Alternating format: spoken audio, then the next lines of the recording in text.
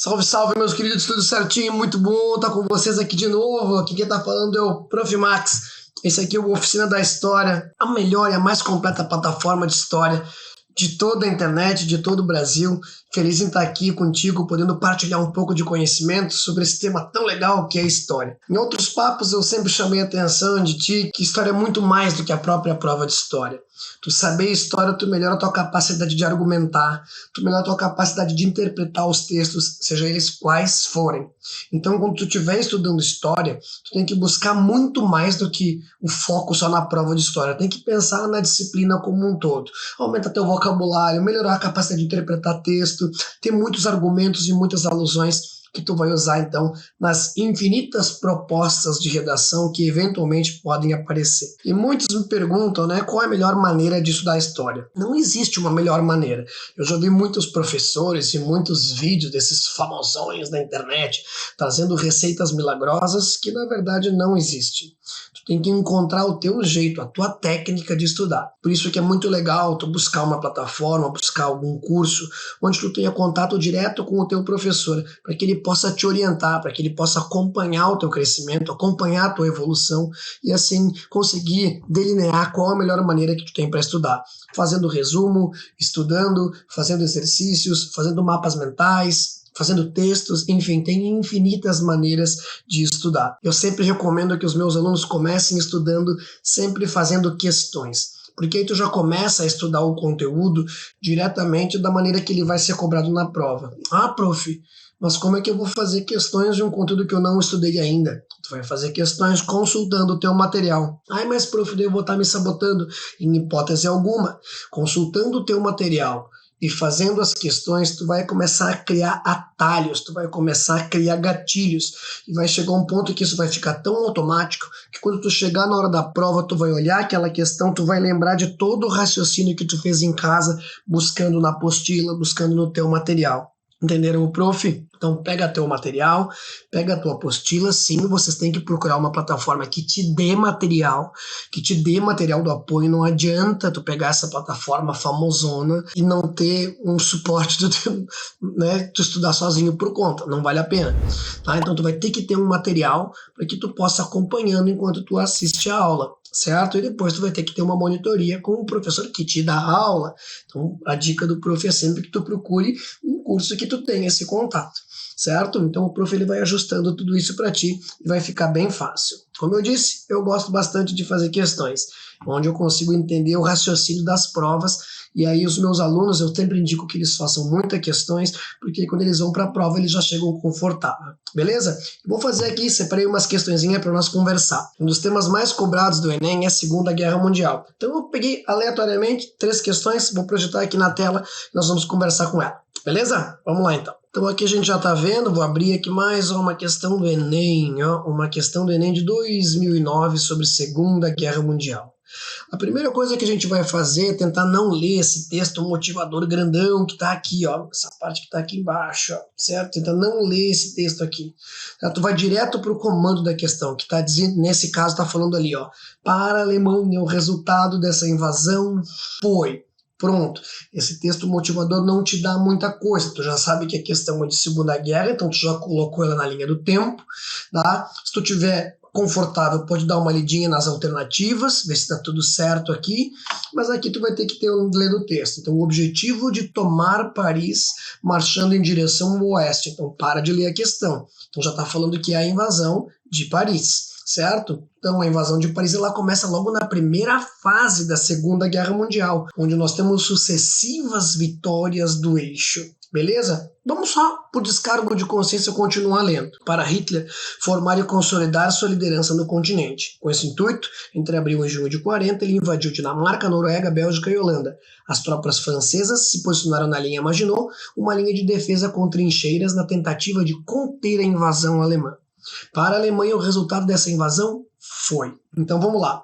A ocupação de todo o território francês, usando como base para a conquista da Suíça e da Espanha durante a segunda fase da guerra.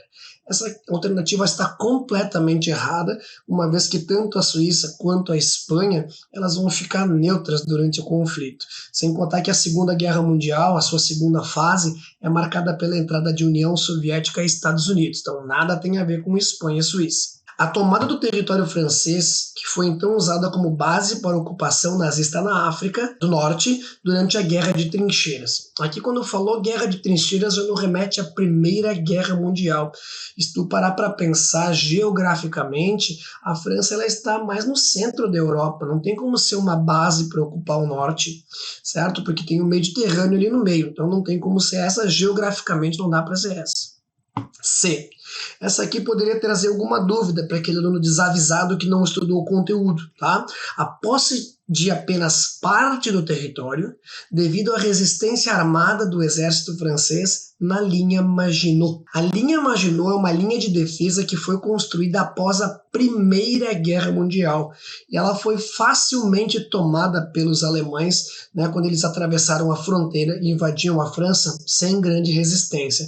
Então essa poderia ter sido uma dúvida, uma alternativa que tu ficasse com um pouco de dúvida, tá? Mas está eliminada porque o avanço alemão foi muito rápido. Lembra? Primeira fase, Blitzkrieg. E por fim, a vitória parcial, já que após o avanço inicial teve de recuar devido à resistência dos blindados de De Gaulle em 40. Também é uma alternativa errada, porque os franceses tiveram muito sucesso na conquista da França, portanto, nos sobra a letra E. A vitória militar com a ocupação de parte da França, enquanto a outra parte ficou sob o controle do governo colaboracionista francês. É a conhecida República de Vichy, certo? A França, durante a Segunda Guerra, ela vai ficar dividida em dois territórios. A França que vai fazer parte do Reich e a França colaboracionista, também conhecida como República de Vichy. Então lembrando que a França, depois de ocupada, ela vai ficar dividida em duas, né? Uma França colaboracionista e a França ocupada pelo Reich alemão. Beleza? Uma questão de nível fácil, ali um pouquinho de atenção e de calma. Lembra que a gente sempre erra questões na prova por 3 motivos. Ou porque não sabe a matéria, porque não estudou, ou por falta de atenção, ou por falta de interpretação. Esse caso poderia ter uma dúvida ali na letra C, quando falou então sobre a linha Maginot. Então, um aluno que não estudou o conteúdo, ele poderia, né, chutar aquela questão ali, aí ele iria errar. Beleza? Vamos para outra então. Não tem um texto motivador, ela tem direto um comando da questão com relação aos 2 grandes conflitos mundiais, considere as afirmativas. É um tipo de questão que a gente acaba perdendo muito tempo na hora da prova, tá? Para esse tipo de questão, a recomendação é que tu não tente responder as 3 alternativas, escrevendo do cantinho da folha e depois indo para baixo ali acertar, buscar a alternativa correta que tu vai errar, tá? Então a primeira coisa é sempre encontrar tempo e espaço. Nós já sabemos que é uma questão de Segunda Guerra Mundial, né, entre Primeira e Segunda Guerra, então é os primeiros 50 anos do século XX, e ali então está perguntando uma questão bem abrangente, é um contexto geral desses 2 conflitos, então ela não vai se aprofundar em detalhes muito técnicos, tá? Então tu vai ter que estudar o conteúdo macro, é uma questão boa, mas uma questão traiçoeira, beleza? Então vamos lá. O imperialismo e o nacionalismo encontram-se na origem dos 2 conflitos mundiais.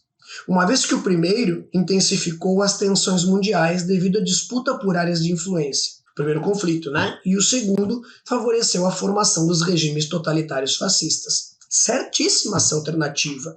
O imperialismo é aquele período onde nós vamos buscar mercados fornecedores e consumidores no âmbito de uma segunda revolução industrial. Então está certíssimo essa alternativa. E também o nacionalismo que justifica a união dos povos de cultura eslava e a união dos povos de cultura germânica. Esse nacionalismo é que vai levar à crise balcânica, que leva à Primeira Guerra Mundial. E como consequência da Primeira Guerra, nós temos a ascensão dos regimes totalitários. Boa, questão bem boa. 1 está correta, vem aqui para baixo. A A pode ser, a 2 não pode, a 3 não pode e a E não pode. Espetáculo, espetáculo, espetáculo. Então só aqui a gente já consegue praticamente ter a questão respondida, certo? Só na primeira alternativa. É isso que tu tem que fazer, para tu ganhar confiança e tu ganhar tempo na hora da prova. Beleza? Vamos lá. 2. 2 guerras mundiais envolvendo povos extra-europeus que são fora da Europa, desenvolveram a consciência nacional deles influenciando decisivamente no processo de descolonização afroasiática. Também está certo, né? Porque após a Segunda Guerra Mundial vai se intensificar a luta pela independência dos antigos impérios coloniais, franceses, ingleses, holandeses e, obviamente, os portugueses também, né? É o processo de descolonização afroasiática. Esse processo de descolonização afroasiática, ele acontece quase que imediatamente após a Segunda Guerra. Isso porque a Europa não tem mais condições de manter seus impérios coloniais, a consciência anticolonialista que vai surgir, né, com os horrores da Segunda Guerra Mundial, a Guerra Fria, obviamente, buscando novas áreas de influência. Então, nós já temos a resposta, né? É letra D, a 1 e 2 estão corretas. Na vida real, tu já parte direto aqui pro gabarito e nem perde tempo respondendo, lendo a outra, né? Então, vamos ler por descargo de consciência. O questionamento dos postulados liberais do capitalismo, ou seja, questionando o sistema capitalista, foi intensificado a partir dos dois conflitos, o que criou condições favoráveis para a expansão dos ideais anarquistas em todo o mundo. Falso, foi falso, não tem isso, né? Pós Segunda Guerra Mundial nós temos a Guerra Fria, né? Em dois blocos hegemônicos e ao mesmo tempo antagônicos, e o anarquismo não se espalhou pelo mundo. Beleza? Fomos bem? Fechamos a conta. Questão também um nível fácil para médio, né? Porque se tu usar a técnica para responder a questão, ela parece obviamente simples, certo? Não te esquece. A gente acerta ou erra a questão sempre por 3 motivos. Porque não estudou, porque ficou desatento e porque não soube interpretar. Combinado? Essa aqui poderia trazer uma dúvida ali, se tu fosse ler uma de cada vez, depois tentar responder e depois ir para as alternativas, tu possivelmente iria te atrapalhar e ia perder muito tempo. Viram como é simples? Viram como é fácil? É técnica. Por isso que eu sempre oriento os meus alunos, desde o começo, que eles façam sempre muitas questões. Mas assim, muitas questões não até no volume, tá? Vou me corrigir. A ideia é que eles façam questões com uma certa qualidade. Encontra a linha do tempo, vai para as alternativas, vê onde é que está aquele conteúdo na matéria, dá uma lida, vem para cá, vai corrigindo as alternativas, tu vai demorar 5, 6 minutos cada questão, pelo menos no começo. Depois tu vai ficar com um olho treinado e tu faz tudo isso muito mais automático e tu não demora muito tempo para responder. É técnica, é treino. Então tu vai treinar duro para ter um jogo fácil depois. Certo? Eu aqui na Oficina da História, eu criei a nossa aula 10, aula nota 10, que é aquela aula infalível, que faz o aluno entender. Se o aluno seguir o cronograma e seguir a nossa orientação aqui, né, não pulando conteúdos, entendendo que a história é uma disciplina acumulativa, fazendo as atividades propostas, vindo para os plantões no final de semana, não tem como dar errado. É impossível dar errado, eu te garanto que é impossível dar errado. Beleza? Assiste a aula. Depois de assistir a aula, que é com apresentação de slides, depois de assistir a aula, né, tu vai olhar a apostila. A apostila já vai vir com os principais destaques, para o aluno já entender que aquele destaque que está na apostila, pelo menos aqui da oficina, já mostra qual é o conteúdo que tem mais chance de cair na prova. Então tu já vai criando um gatilho ali interessante. Depois disso, tu vai fazer as questões fundamentais. No final de cada apostila nós temos as questões fundamentais. São as questões do conteúdo básico, aquele conteúdo que caiu muitas vezes e que forma o corpo do conteúdo. Depois disso tu vai dar uma olhadinha nos slides, que é aquele conteúdo mais resumidinho, justamente para sanar aquelas lacunas que eventualmente não ficaram muito claras. Depois tu vai fazer o grosso, o volume de questões. Aí tem mais um bloco de questões extras, aleatórias, Enem, concurso, FUVEST, Unicamp. Tu vai derrubar aquelas questões todas, certo? Depois nós temos o plantão no sábado. Aí no sábado tu vai trazer as dúvidas que tu teve no conteúdo que tu estudou naquela semana. E à noite sempre tem uma lista de filmes que é para tu fechar com chave de ouro, usando aquele conteúdo ilustrado que vai criar um monte de gatilhos sensoriais e de memória, e o conteúdo vai ficar grudadinho, tu vai entender aquilo com mais propriedade. É a nossa aula nota 10. Beleza? Vamos lá? Mais uma questão aqui da Mackenzie. Ali na hora de eu fazer, a cópia ficou um grifo ali, mas não vai alterar em nada para nós, tá? Então ali, tem um texto motivador. A primeira coisa que tu vai fazer é sempre achar a linha do tempo. Então nós já sabemos que é a Segunda Guerra Mundial. Vai direto para o comando da questão. Após 70 anos da Segunda Guerra Mundial, o discurso acima de Stalin nos remete. Então, o discurso acima de Stalin. Stalin foi adversário de Hitler na Segunda Guerra Mundial. Começou como aliado, mas Hitler traiu o Stalin, né? E assim, então, nós temos, né, o início da Fronte Oriental. É esse o gatilho automático que tu vai ter quando tu lê o comando da questão, porque quando tu treinou isso em casa, isso já ficou claro para ti, beleza? Vamos ler o texto. O inimigo é cruel e implacável. Pretende tomar todas as nossas terras regadas com o suor de nossos rostos. Tomar nosso cereal, nosso petróleo, obtido com o trabalho de nossas mãos. Pretende restaurar os domínios dos latifundiários, restaurar o czarismo, germanizar os povos da União Soviética e torná-los escravos de príncipes e barões alemães. Em caso de retirada forçada, todo o material rodante tem que ser evacuado. O inimigo não se deve deixar um único motor, um único vagão de trem, um único quilo de cereal ou galão de combustível. Todos os artigos de valor que não puderem ser retirados devem ser destruídos sem falta. O próprio Stalin dizia, né, não lhes deixem nada, não lhes deem nada, queimem tudo. Doutor, então já sabemos que está falando sobre a invasão alemã dentro do território soviético no contexto da segunda fase da Segunda Guerra Mundial.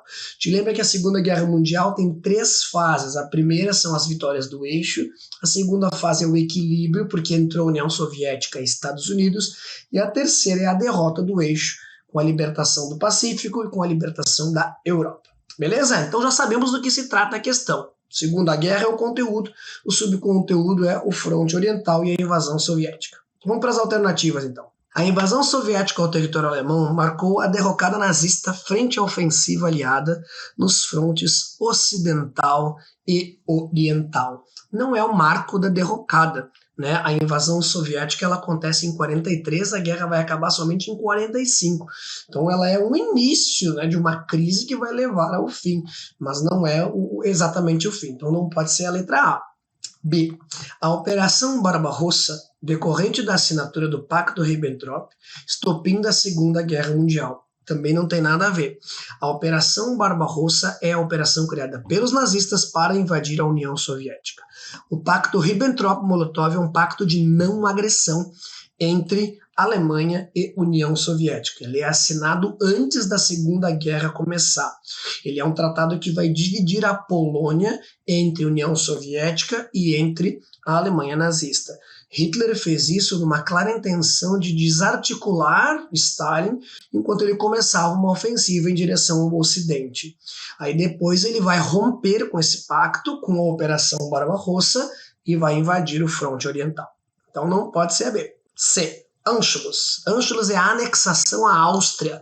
Ela acontece em 1938, portanto é pré-Segunda Guerra Mundial. Questão Anschluss. Pelo Terceiro Reich provocou a reação soviética contra os alemães. Não provocou, né? Porque a questão foi em 38, o Pacto Ribbentrop, aliados aos soviéticos, foi em 39. Então não pode ser a D. A C. D. A estratégia soviética frente à invasão alemã, conhecida como tática de terra arrasada, a mesma utilizada pelos russos contra Napoleão no início do século XIX.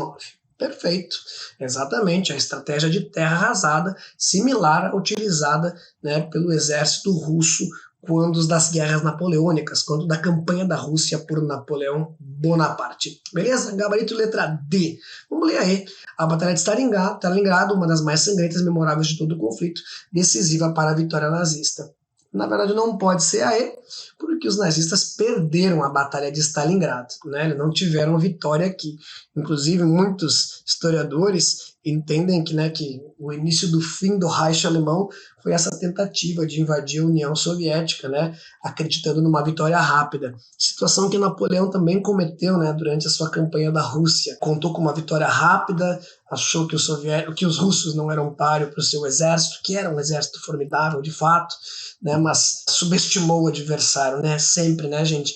O pior inimigo é sempre o ego, né? O que derrotou Napoleão foi o ego, e o que derrotou, colaborou com a derrota de Hitler também foi o ego.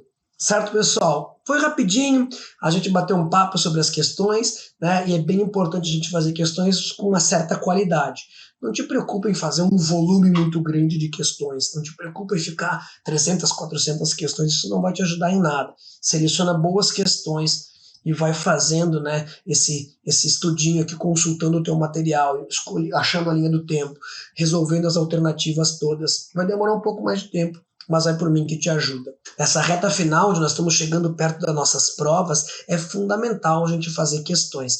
Para mim, é uma das melhores maneiras de tu revisar o conteúdo que tu já estudou, é fazendo questão. Porque quando tu começa a fazer questão, tu começa a abrir esses gatilhos que tu treinou ao longo do ano. Às vezes, ficar lendo resumos, ficar lendo tópicos, não vai ser muito bom, certo? Vai de cada um, mas eu não aconselho muito. Eu acho que fazer questão ainda vai ser um pouco melhor. Combinado, pessoal? Muito obrigado pela parceria de vocês estar aqui comigo hoje, batendo um papo sobre questões. Se ficou com alguma dúvida sobre o conteúdo ou sobre como fazer questões, escreve aqui nos comentários que eu estou aqui para te ajudar. Valeu, pessoal. Até mais.